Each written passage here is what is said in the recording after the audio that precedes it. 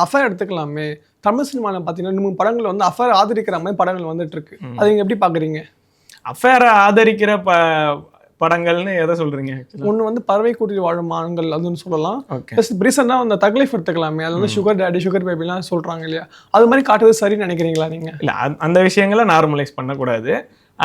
And வந்து ஒரு ரிலேஷன்ஷிப்னா அந்த ரிலேஷன்ஷிப்க்கு ட்ரூவா இருக்கணும். அந்த ரிலேஷன்ஷிப்ல பிரச்சனை வருதுன்னா அந்த ரிலேஷன்ஷிப்ல இருந்து வெளியே வந்துட்டு வேற ஒரு வாழ்க்கையை நம்ம தகவமைச்சுக்கலாம், நம்ம அது சரி பண்ணிக்கலாம். அதை தான் நம்ம முன்ன சரின்னு சொன்னோமே தவிர, ஒரு ரிலேஷன்ஷிப்ல இருந்துகிட்டே அதுக்கு ட்ரூவா இல்லாம வேற ஒரு எக்ஸ்ட்ரா மேரிட்டல் அஃபேர்ல இருக்கிறதோ இல்ல அந்த சீட் பண்றதோ வந்து கண்டிப்பா நம்ம ஆதரிக்க முடியாது. அதை நார்மலைஸ் பண்ற மாதிரி சில படங்களோ சில காட்சிகளோ வந்தா அதை மக்களும் ஆதரிக்கிறது கிடையாது.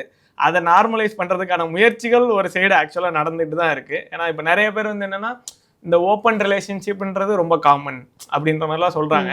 எனக்கு தெரிஞ்ச வரைக்கும் அது ஒர்க் அவுட் ஆகிறதுக்கான சான்சஸ் ஆல்மோஸ்ட் நில்லுன்னு தான் நான் நினைக்கிறேன். இப்போ நீங்க பேசும்போது சொல்லியிருந்தீங்க எக்ஸ்ட்ரா மேரிட்டல் அஃபேர் ஒரு காரணம் அப்படின்ட்டு. இது வரதுக்கு என்ன காரணமா நினைக்கிறீங்க நீங்க? இதுதான் நான் முன்ன சொன்னது தான். இப்போ நம்ம ஊரை பொறுத்த வரைக்கும் நான் முன்ன சொன்ன மாதிரி இந்த mutual respect, mutual understanding, opposite ஜெண்டருக்கு என்ன வேணும், இல்லை நம்மளோட பார்ட்னரை நம்ம என்ன பண்ணணும் அப்படின்ற ஒரு புரிதல் இல்லாமல் நிறைய பேர் சில ரிலேஷன்ஷிப்ஸில் இருக்காங்க. அதே மாதிரி அதை ரொம்ப சீக்கிரமாக பிரேக் பண்ணிட்டு வெளியே வர்றதுக்கான சிஸ்டம்குள்ளேயும் நாம் இல்லை.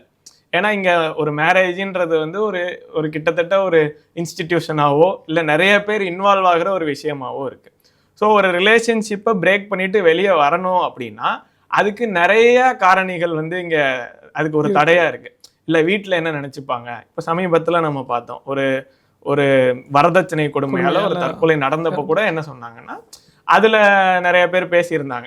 ஒருவேளை அந்த பெற்றோர்கள் வந்து பரவாயில்லம்மா இதுலேருந்து வெளியே வந்தாலும் ஒரு வாழ்க்கை இருக்குது, ஒருவனுக்கு ஒருத்தின்றதெல்லாம் வந்து சும்மா சொல்கிறது தான், அது நடைமுறைக்கு எந்த அளவுக்கு இது பண்ணணும்னு தெரியாது, நீ எந்த தப்புமே பண்ணலை இல்லைம்மா, பரவாயில்லவா என்னதான் இருக்குன்னு பார்த்துப்போம், நாங்கள் உங்களுக்கு சப்போர்ட்டாக இருக்கோம் அப்படின்னா வேற முடிவுகளை அவங்க எடுத்திருக்கிற வாய்ப்பு இருக்கு.